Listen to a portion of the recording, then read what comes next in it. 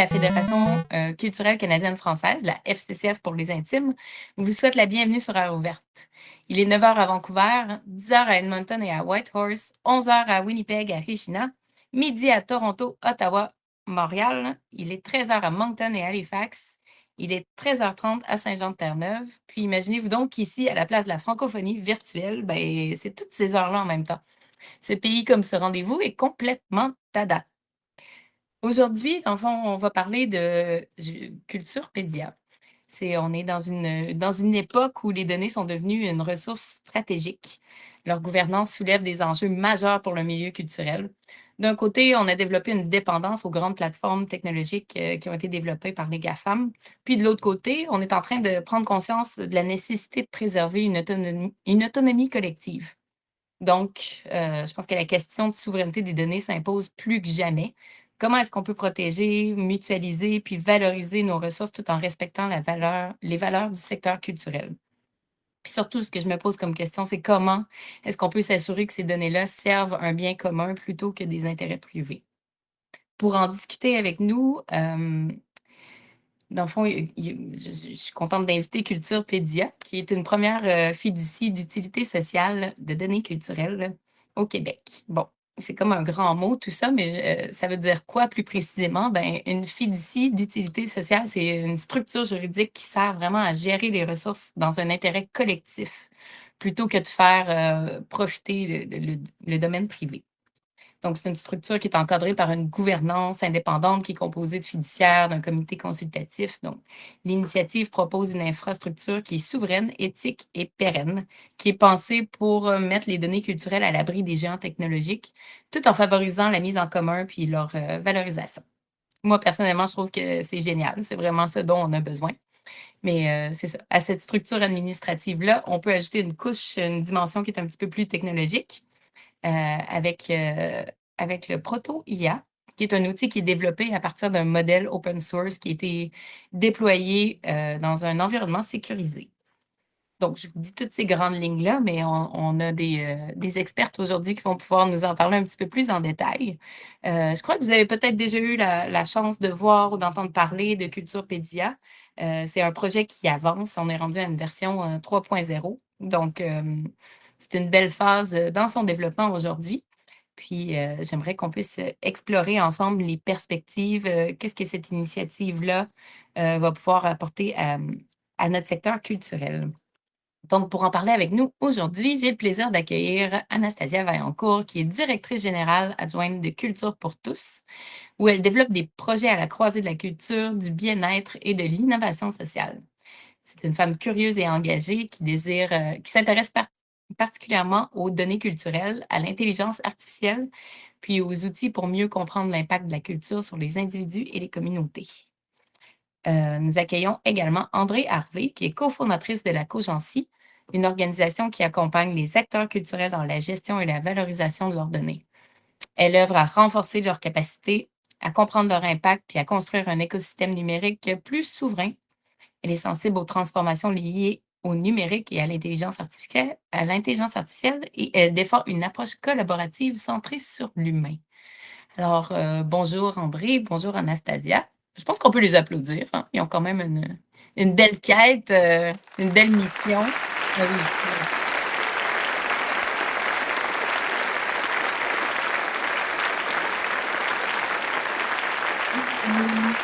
Merci tout le monde. Merci, Jessie, pour la belle présentation. On veut juste vous dire qu'on est comme, Anastasia et moi, on est comme un peu excités, fébriles, parce que c'est la première fois qu'on présente le Proto IA Culturepédia au grand public, en fait, en dehors de notre petite équipe là, de production. Alors, c'est une première. Alors, c'est à vous qu'on a réservé ça. Donc, je vais partager mon écran, puis on va commencer tout de suite.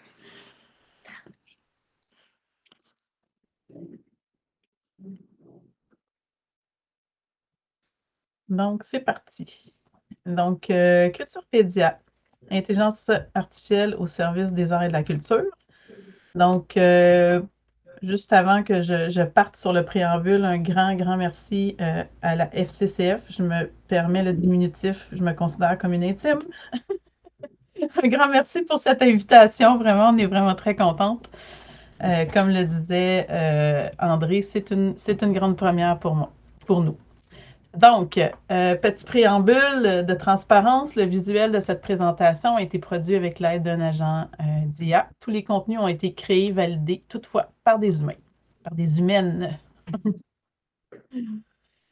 Donc, Culturepédia est vraiment rendu possible grâce à des partenaires. On nomme des partenaires pionniers, donc des gens qui ont été là au tout début, qui ont aussi été emprunté le rôle de fiduciaires, membres du comité aviseur, partenaires de réalisation, évidemment, partenaires de financement. Donc, les voilà tous. Il y a des gens qui sont là à titre individuel aussi. Donc, voilà. Sinon, il y a une mise à jour en ce moment qui est en train de se faire sur le site de Culturepédia. Donc, on y nommera aussi tous les gens qui ont participé aux communautés de pratique également. Donc, à suivre très prochainement, mais un grand merci à tous les partenaires. Donc, je vais commencer par revenir sur l'origine, la genèse du projet le plus rapidement possible, juste pour qu'on comprenne bien notre cheminement jusqu'à aujourd'hui. Donc, le projet Culturepédia tire son origine dans l'implication de Culture pour tous dans les 7 années du plan culturel numérique du Québec. Pendant cette période, notre organisation, donc Culture pour tous, a initié plusieurs projets numériques. On était en mode accompagnement, incubation, expérimentation. On a également mené une démarche d'analyse et de réflexion en profondeur sur les nouvelles avenues de financement du numérique en culture. C'était il y a presque 10 ans. C'est à la fois de cette étude menée sur les transformations numériques du secteur culturel et d'une série d'activités de co-création, de consultation auprès du milieu culturel qu'on a pu dresser un portrait assez clair des besoins du milieu. Un besoin plus spécifique revenait de façon particulièrement forte, celui de la mutualisation des données culturelles pour augmenter l'intelligence d'affaires de notre secteur. Les organisations culturelles produisent énormément de données sur leur public, leurs activités, leurs retombées, mais ces données sont souvent fragmentées, peu partagées, parfois mal protégées, on le sait, et surtout rarement mobilisées à leur plein potentiel collectif. C'est vraiment dans cette exploration et cette identification des besoins qu'est né le projet Culturepédia, qui est devenu maintenant la fiducie Culturepédia. Donc, Culturepédia se déploie en 2 grandes phases, dont la deuxième arrive tout juste à son terme, comme on vient de le mentionner. La première phase que nous avons appelée Culturepédia le 1.0 a été consacrée à une étape fondamentale. Ça a été la création de la première fiducie d'utilité sociale de données culturelles au Canada, en collaboration avec des partenaires clés, comme on l'a vu tantôt. L'objectif de la fiducie, les objectifs étaient multiples, mais entre autres mutualiser et protéger des données culturelles tout en préparant le terrain pour une adoption future et responsable de l'intelligence artificielle. C'est venu plus vite qu'on pensait. Dès le départ, l'intention était claire, créer un environnement juridique, sécuritaire, éthique, collectif, où nos données culturelles pourraient être utilisées de façon responsable au bénéfice du milieu, donc à notre bénéfice, et non au détriment de celui-ci. Donc, la phase 2 de Culturepédia, donc ce qu'on appelle le 2.0, nous a permis de préciser et d'approfondir notre approche en matière de données, en mettant l'accent sur une question qui était centrale pour nous, qui l'est toujours, celle des impacts sociaux de la culture.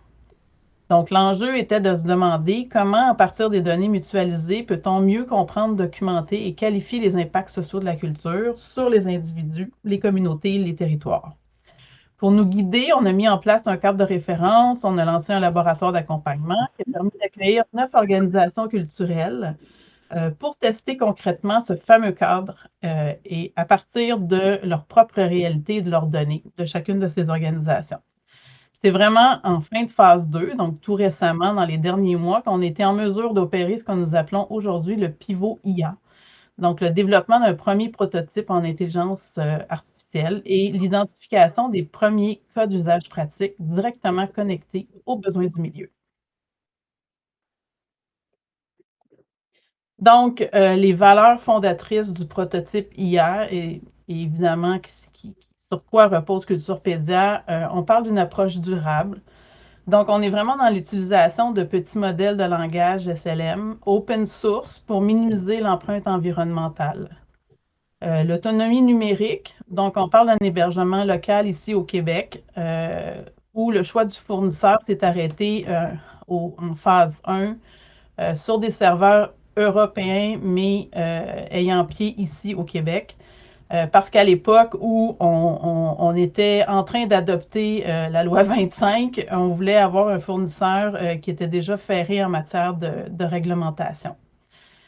Au niveau de la souveraineté des données, ben, on est dans des modèles non connectés aux grands LLM commerciaux. On l'a dit, on est sur de l'open source, on est en mode privé. Et au niveau de la gouvernance, de l'éthique et de la protection des données, ben, on est très fortement encadré par la structure juridique de la fiducie d'utilité sociale. Donc, la fiducie, elle est notariée. On a un acte de constitution, on a des fiduciaires, comités consultatifs. Donc, tout repose sur le socle juridique. Donc, basé sur tout ce que Anastasia vient de dire, on a conçu notre prototype IA en se disant comment on peut transposer le lab d'accompagnement dans un environnement IA.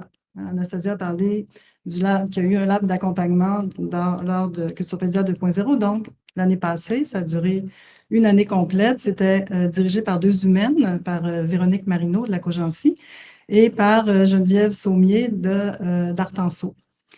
Alors, ces deux belles humaines-là ont accompagné 9 beaux humains qui représentaient 9 organismes qui ont accepté donc l'aventure de rentrer dans le lab d'accompagnement. Puis, tout ce laboratoire-là était sous-tendu par un cadre de référence qui a été développé, produit par Artenso. Et là, nous, ce qu'on a fait, on a pris ce cadre de référence-là, puis on l'a synthétisé en six étapes qu'on a transposées donc dans le prototype IA. Donc, je vais passer rapidement. Tout simplement, la première étape, on demandait aux gens de s'identifier. Donc, nom, prénom, rôle dans l'organisme qu'ils représentaient. Ensuite, la deuxième étape, c'était de définir sa quête. Qu'est-ce qu'on recherche? Qu'est-ce qu'on souhaite? À quelle question on souhaite répondre? On est toujours dans l'esprit de c'est quoi l'impact social de mes activités culturelles. La troisième étape, c'était d'identifier des indicateurs d'évaluation. Tous les organismes, pendant le laboratoire d'accompagnement humain, on va l'appeler comme ça, avaient identifié des indicateurs d'évaluation et c'était une étape quand même qui est quand même laborieuse. Ça demande beaucoup de réflexion. Anastasia pourra en témoigner, puisque Culture pour tous faisait partie des accompagnés. Et puis, ce qui est intéressant, alors que tous les organismes avaient des indicateurs d'évaluation, quand ils sont arrivés pour tester le prototype, ils ont demandé à l'IA, propose-moi des indicateurs d'évaluation. Ça, c'est le fun parce que ça nous a permis de voir qu'est-ce que l'IA proposait, puis tous ont été agréablement surpris par la qualité et la richesse des indicateurs qui étaient proposés. Donc, on se rendait compte, parce qu'à travers ce test-là, on voulait, dans le fond, connaître notre IA, ce qu'on avait développé, puisqu'on l'avait fait en mode production, mais là, on testait vraiment les résultats à travers des questions, des réponses. Comme vous voyez, à droite de l'interface, ça, c'est une interface classique d'agentique, d'intelligence artificielle que tout le monde connaît. Puis, à gauche, c'est la couche logicielle qu'on a ajoutée. Donc, une fois qu'on avait déterminé les indicateurs d'évaluation, l'autre étape, c'était de téléverser des données qu'on avait. On n'avait pas permis aux organismes de cliquer « Je n'ai pas de données » parce qu'on savait que tout le monde en avait. Soit parce qu'ils avaient fait déjà des enquêtes, il y avait des résultats de sondage, il y avait déjà des rapports et tout ça.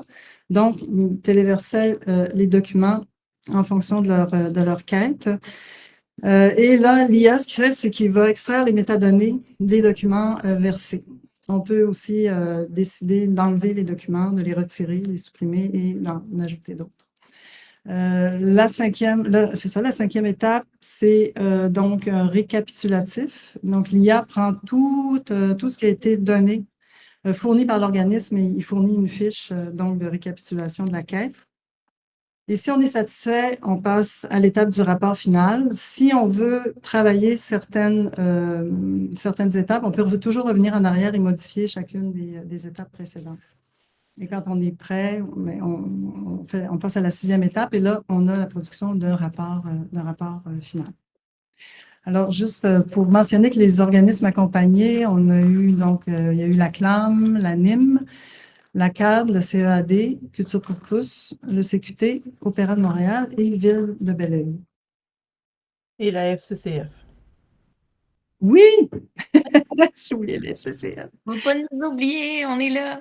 Non, en plus, c'est ça. En plus, tu sais, au début, la présentation, ça disait que Culturepédia, c'est pour le Québec, mais c'est pas vrai. C'est pour, oui, le Québec et la francophonie canadienne, parce que la FCCF, c'est le partenaire des tout débuts On est avec content. Culture pour tous. OK, méthodologie des tests utilisateurs. On a eu 12 testeurs qui représentaient donc les 9 organismes en question. 7 au Québec, 2 au Canada francophone. Et donc, il y avait vraiment, c'est multisectoriel.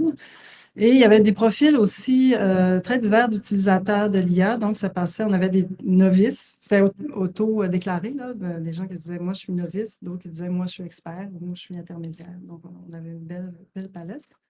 Le dispositif, donc, les tests étaient menés à distance sur Zoom. Tout était enregistré. Ça durait 1 heure à peu près pour chaque organisme. Et les résultats, donc, étaient soumis à une analyse, une grille d'analyse de 24 critères d'observation répartis sur 6 volets distincts.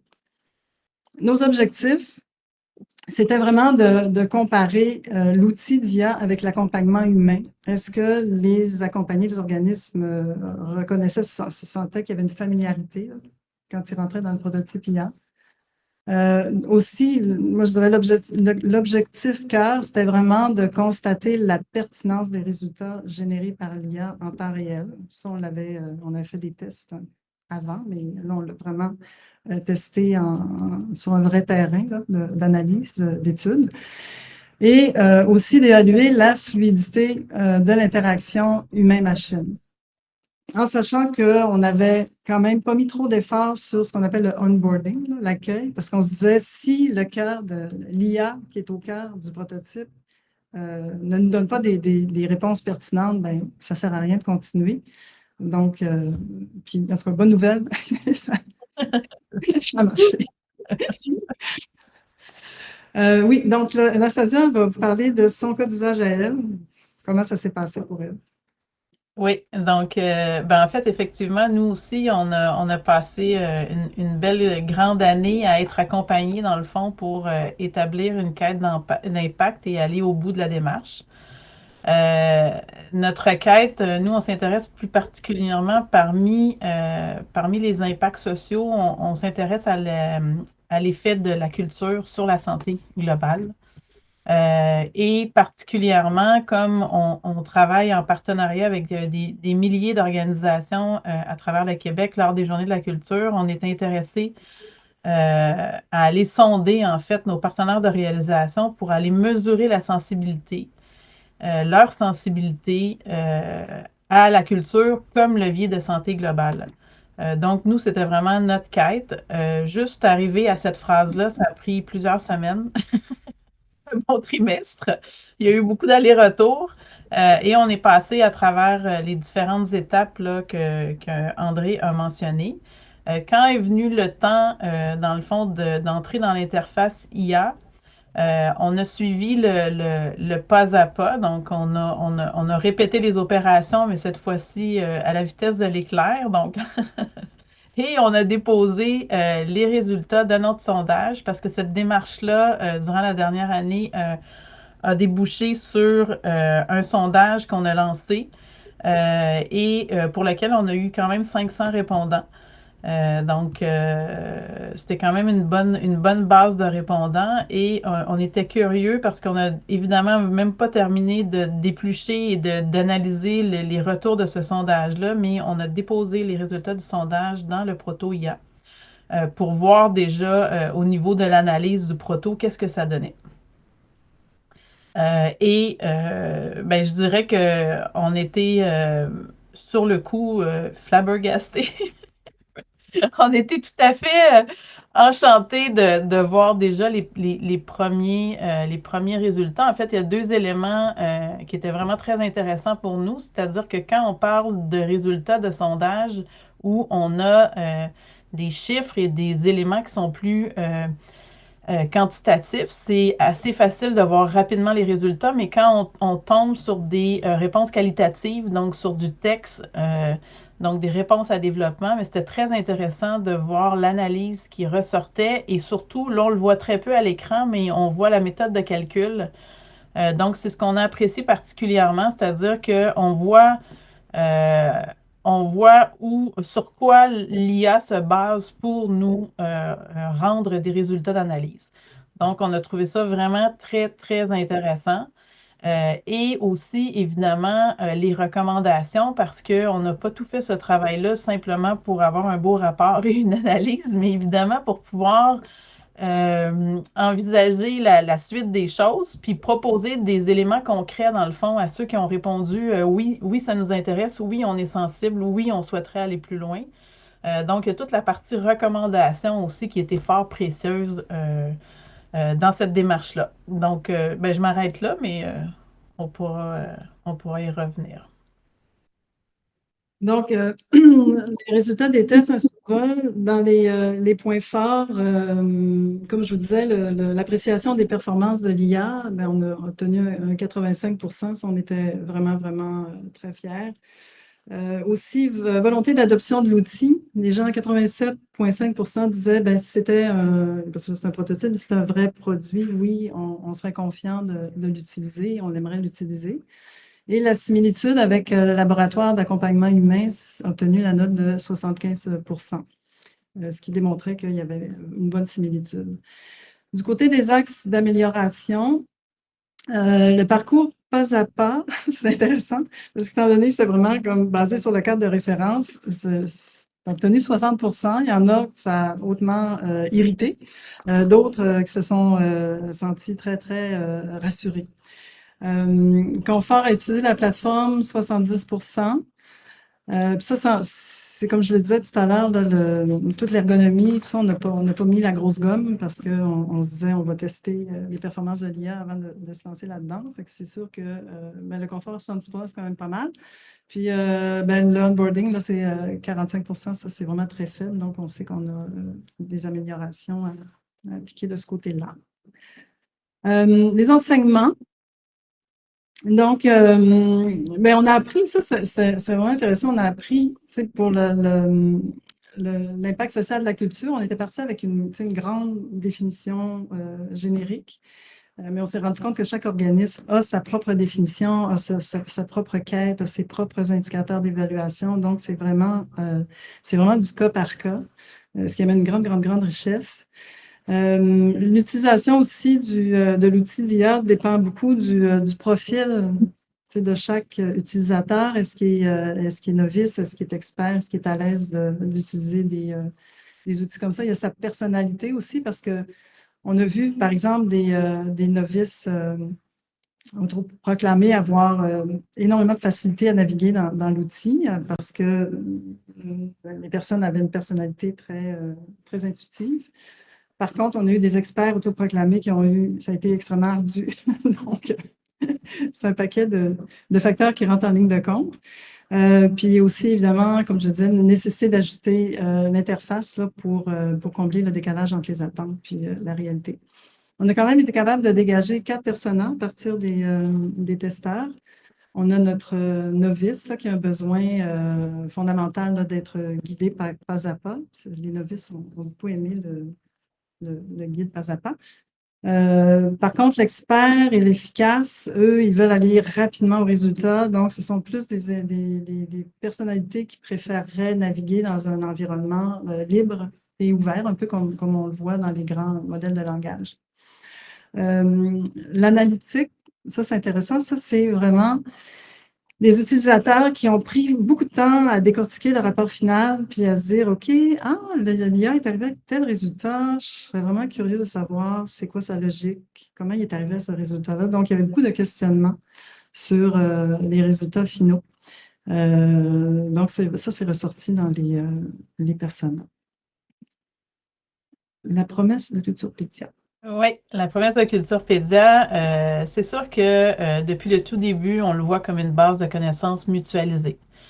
C'est-à-dire que oui, chacun peut peut-être avoir son accès et mener ses propres démarches, mais il y a quelque chose de l'ordre du collectif et du commun dans la promesse de Culturepédia. Donc, on veut capitaliser au niveau des savoirs et des données au sein d'une infrastructure commune et sécurisée pour enrichir l'écosystème global. On parle de profil institutionnel persistant, donc on veut avoir une mémoire institutionnelle conservée. Donc, l'IA apprend du contexte spécifique de chaque organisme pour un accompagnement sur mesure continu. On parle de croisement de données complexes. Donc, l'IA permet d'établir des corrélations inédites entre des jeux de données hétérogènes pour révéler de nouveaux sens. C'est vraiment un pivot important parce que il y avait quelque chose de quand même assez laborieux au départ dans le nettoyage des données, la standardisation des données. Maintenant, on parle de pouvoir accueillir de la donnée non structurée. Donc, ça, c'est énorme pour l'avancement de Culture Pédia. Et enfin, mutualisation de quête d'impact, mais le partage des modèles d'évaluation de l'impact social entre pairs est vraiment fondamental. Donc, ça peut créer une synergie puis une standardisation bénéfique du secteur. C'est intéressant de mener une démarche en ayant d'autres organisations autour de soi parce qu'on se rend compte qu'on n'est pas seul à se poser les mêmes questions. Donc, ça, c'est riche aussi. Donc, il y a beaucoup d'humains autour de cette IA. Donc, les prochaines étapes de Culturepédia 3.0, c'est-à-dire depuis 48 heures, parce que la phase se terminait le 31 mars. On a un cas d'usage en ce moment sur les rails qui est le déploiement et l'adaptation pour le réseau des écoles hémisphères. Donc, on est en train de faire un cas d'usage qui viserait ultimement à pouvoir augmenter les synergies entre les artistes, les organismes culturels et les écoles. Donc, on va mener ce test-là d'ici la fin de l'année scolaire. Vous allez certainement en entendre parler par la suite. On va créer une nouvelle FUS, c'est-à-dire qu'en ce moment, on est dans le 2.0 qui se termine en juin. Donc, il y aura un autre acte de constitution qui sera signé pour le 3.0. Cette fois-ci, on va faire une période un peu plus longue de 6 ans pour se laisser les coups des franches pour aller plus loin dans les projets.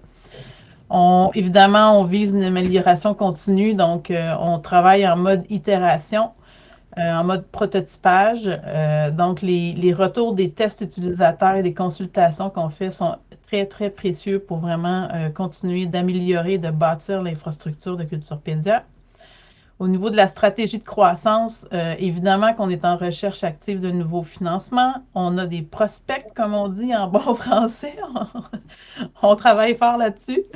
On va ajouter des fonctionnalités plus avancées pour l'analyse d'impact, mais on souhaite aussi ouvrir sur les micro-tâches administratives, donc pour éviter peut-être la multiplication des accès aux différentes plateformes. Et évidemment, développement de nouveaux partenariats stratégiques. Donc, on a beaucoup parlé des partenaires en culture, mais évidemment, traditionnellement, on a toujours travaillé de concert avec des partenaires d'autres secteurs d'activité. Donc, ça, c'est très important aussi pour l'enrichissement de l'environnement de Culturepédia. Ça termine donc notre présentation. On est dans nos temps, il est midi 32. Fait qu'on peut passer à la période de questions. C'est parfait. Ben, merci beaucoup pour cette belle présentation qui est très inspirante, je trouve. Est-ce qu'on peut leur donner une petite main d'applaudissement pour tout ce beau travail? Puis,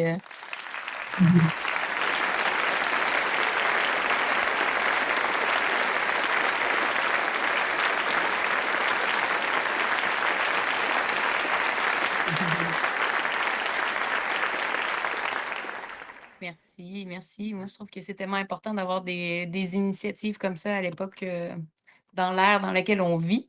Donc, c'est super inspirant. Est-ce qu'il y a des gens dans la salle qui auraient des questions, pour nos 2 invités aujourd'hui? Sinon, ben, il y a Sven qui se mouille. Ouais, c'est pour briser la glace. Oui, oui. C'est drôle parce qu'on s'écrivait avec Jessie on the side, on est comme des groupies. Donc, mais plus sérieusement, C'est pas tant une question que commentaire, parce qu'à la FCCF, on est effectivement partenaire du projet depuis quasiment le début, ou si ce n'est depuis le début. De voir l'évolution, et on avait fait une présentation il y a 2 ans, où c'était au moment du passage Agriculturepédia 1.0 à 2.0. En tout cas, on était encore beaucoup dans des notions d'interopérabilité, de nettoyage de données, ce qui est toujours le cas en fait. Mais c'est qu'avec l'IA, on rajoute une couche supplémentaire et qui pourrait simplifier d'autres aspects. Et c'est ça que je trouve fascinant dans ce projet-là, c'est l'agilité, la, la façon d'intégrer en fait l'équilibre entre la nécessité de travailler avec des données, mais pas des données d'œuvre, mais des données organisationnelles. Ça, c'est quelque chose qui est plus difficile à imaginer, à comprendre, et avec cette volonté toujours de se dire, bah, nous, le secteur agriculturel, en fait, on manque pas de données, on est plein de données, mais il faut faut les structurer, il faut les nettoyer, il faut les croiser. Il faut certainement améliorer nos sondages, il faut certainement améliorer des processus d'analyse d'impact. Parce que c'est ça, en fait, la finalité, c'est pas tant la donnée ou l'IA, c'est l'objectif, la quête. C'est de dire mais comment on peut mieux argumenter auprès de nos bailleurs de fonds, auprès de nos communautés, que telle et telle initiative, tel et tel organisme, ça a tel impact pour du développement territorial, pour du développement de projets, pour le renforcement de capacités professionnelles des artistes. Il y a tellement de sujets, il y a tellement de quêtes à avoir à partir de Culturepédia que je trouve absolument nécessaire en fait d'évangéliser notre monde, parce que c'est quand même pas évident à faire comprendre, parce que plusieurs fois on est intervenu dans des panels ou de discussion. Alors il y a des milieux qui sont plus sensibilisés déjà par rapport à ça, donc c'est du petit lait. Puis il y a d'autres où on nous regarde avec des yeux de biche surprise. Donc bref, c'est plus un commentaire dans le sens que, puis je rajoute l'ingrédient effectivement très intéressant et très important de ce projet-là, d'une envergure qui est vraiment pour la francophonie canadienne, acadienne et québécoise. C'est-à-dire qu'il y a vraiment quelque chose qui vient encore plus nous rapprocher dans ce qu'on est en train de faire dans des territoires totalement différents, dans des réalités différentes, mais ce qui nous unit, ce qui fait le trait d'union, c'est quel impact on a avec nos initiatives, quelle, quelle intelligence collective on peut continuer de développer grâce à des outils, on va dire, d'intelligence algorithmique. Puis on aime bien le terme intelligence augmentée. C'est cet équilibre entre les capacités humaines, tout le jus de cerveau, le jus de bras que nos organismes déploient à travers tout le pays, avec des réalités de ressources humaines et de financières qui sont très disparates. Et comment, en fait, bah oui, des outils, des systèmes d'IA peuvent nous aider à améliorer nos processus de mesure d'impact. Donc, j'ai juste envie de faire la vague et d'entraîner le monde avec moi là-dessus. Salut. Merci Sven pour ton commentaire. Je me demanderais par où commencer en fait pour pouvoir m'impliquer. Est-ce que c'est possible de m'impliquer dans Culturepédia? Est-ce que c'est possible de contribuer à ce mouvement-là? Qu'est-ce que je peux faire en tant qu'organisme pour mettre la main à la pâte? Oui, bien, évidemment, pour le moment, comme on disait, c'est un MVP, donc on a restreint l'accès. Donc, les organismes qui ont testé recevaient un accès privé. Là, si on ouvre sur d'autres cas d'usage, à ce moment-là, ça prend comme juste nous écrire, ça prend une prise de besoin, dans le fond. C'est un peu comme les écoles hémisphères nous ont approchés, nous ont dit, ben nous, on aimerait ça tester avec des professeurs, des conseillers culturels, des artistes. On aimerait ça rentrer de l'information sur les activités de médiation culturelle à l'école pour que l'IA puisse brasser ça puis nous faire des propositions d'activités de médiation culturelle. Fait qu'il y a une prise de besoin à faire parce qu'ensuite, il y a une estimation, une évaluation de ce que ça va demander comme changement au prototype actuel pour l'amener à faire ce nouveau cas d'usage-là. Tu vois, comme dans le cas des écoles hémisphères, ce qu'on va faire, on va transformer le rapport final.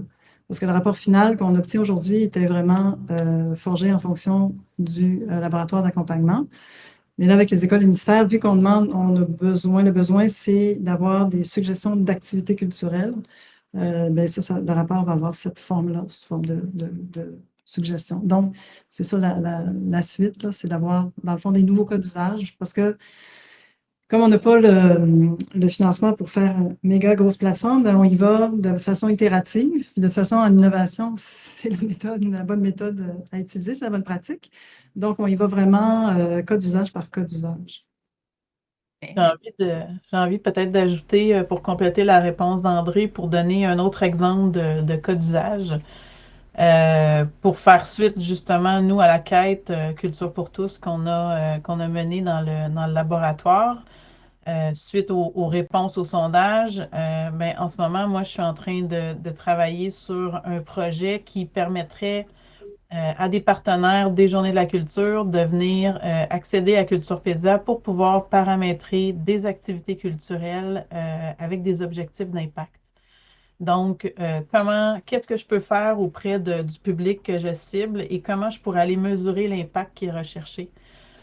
Donc, c'est un projet qui viserait à se déployer sur 3 années, vraiment pour créer 3 phases successives pour que les gens puissent expérimenter avec l'outil, puis après ça, l'expérimenter concrètement sur le terrain, puis pour pouvoir faire une rétroaction dans le fond, de la réussite des activités puis de l'atteinte des objectifs selon les indicateurs qui se seront donnés. Donc ça, c'en est un exemple de cas et c'est un exemple aussi de façon d'accéder aussi à Culturepédia. Bien, merci beaucoup pour ces éclaircissements. C'est très intéressant de voir à quel point en même temps ça permet d'avoir une proximité avec les gens avec qui on travaille, puis de vraiment se rendre compte que ça peut devenir quelque chose de très personnalisé puis propre à soi. Je me demandais, est-ce que le modèle s'appuie sur des cadres de référence de mesure d'impact lorsqu'il analyse un jeu de données? Ou est-ce qu'on peut lui proposer des cadres de référence? Admettons que moi, mes principaux bailleurs de fonds sont MCCQ, Programme X, et puis Patrimoine canadien, Programme Y. Est-ce que je peux demander au modèle de langage d'analyser mes données avec ces lunettes particulières-là, mais en termes d'analyse de mes impacts? Mais moi, je te dirais que c'est un beau cas d'usage. Ouais. Ça serait, ben oui, ça serait vraiment intéressant à tester, là. Oui, c'est ça l'idée, en fait. L'idée, c'est de pouvoir déposer de la documentation, mais c'est un peu comme, je ne sais pas s'il y a énormément de gens ici qui ont déjà des habitudes dans d'autres interfaces IA, mais on dépose des documents, on les questionne. Souvent, on a un document de départ, donc plus de paramètres, et puis après, on ajoute d'autres documents pour générer une analyse ou en tout cas produire un contenu. Donc oui, ce serait ça l'objectif.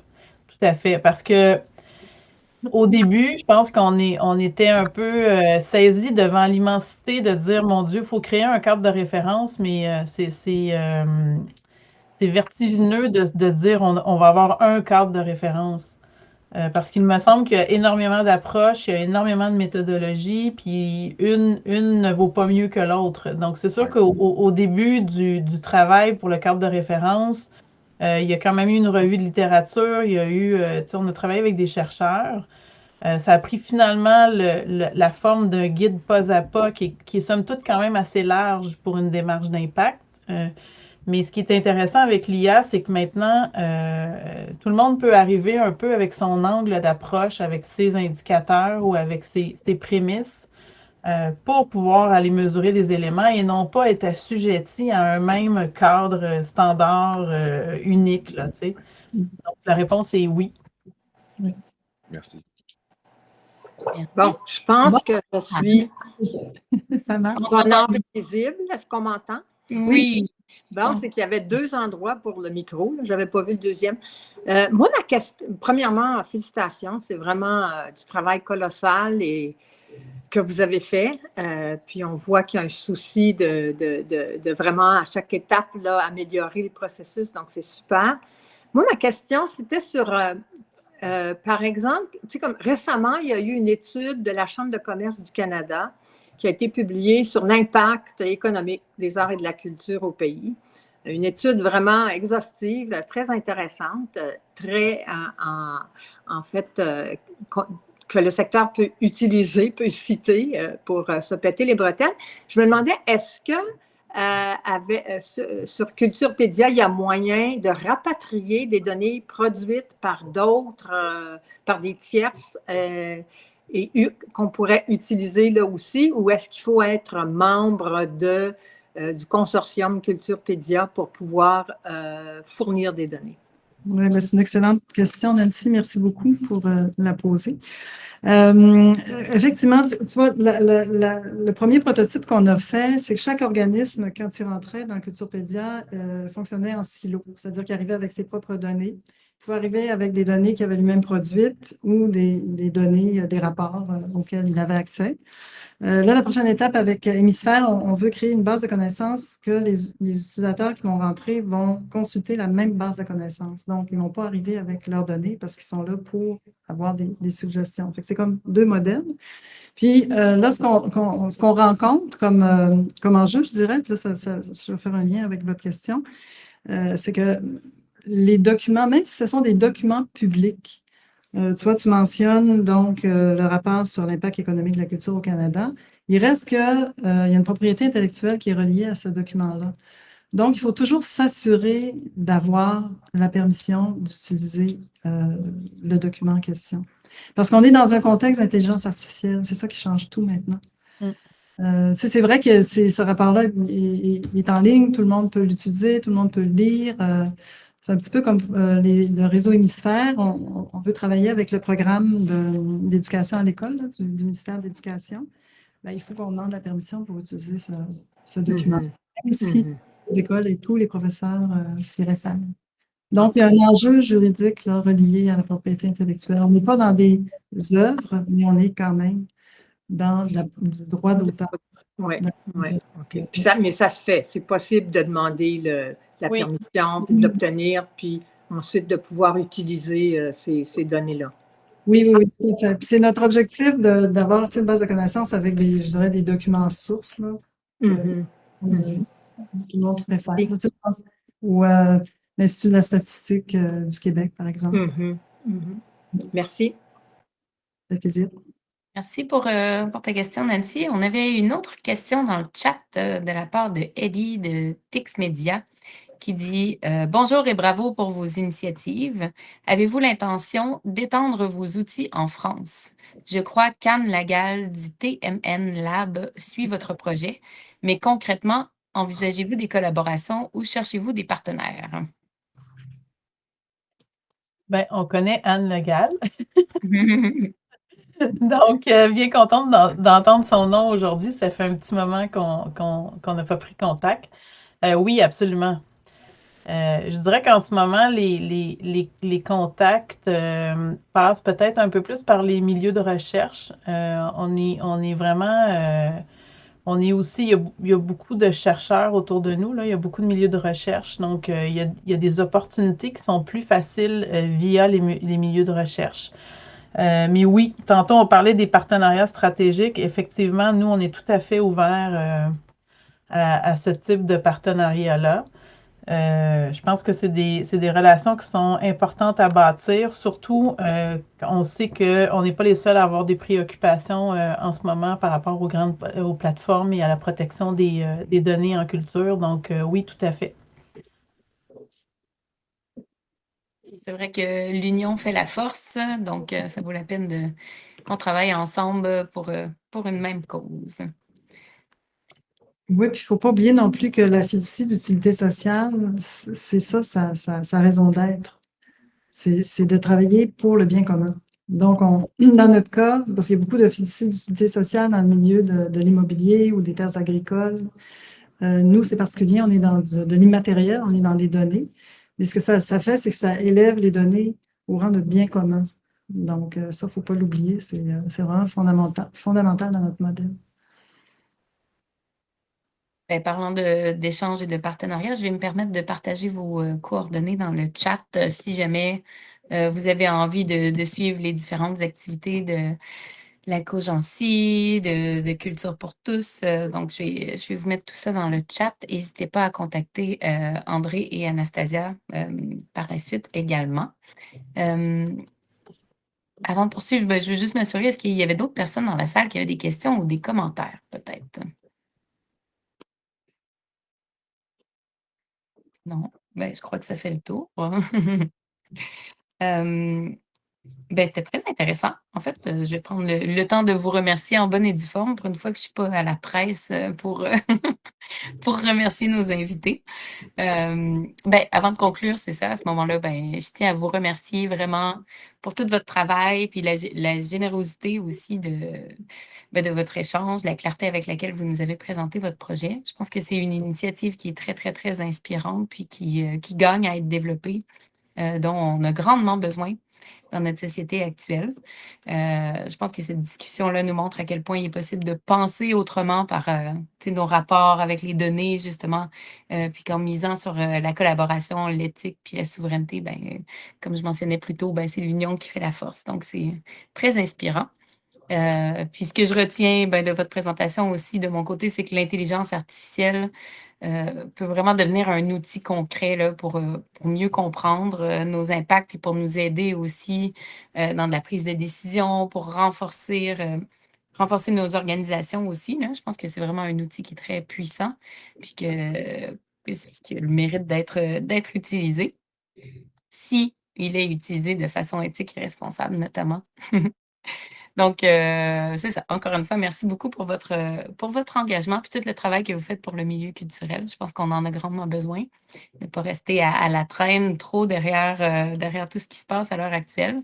Puis, merci à vous, cher public, pour votre participation. C'est toujours un plaisir de vous accueillir.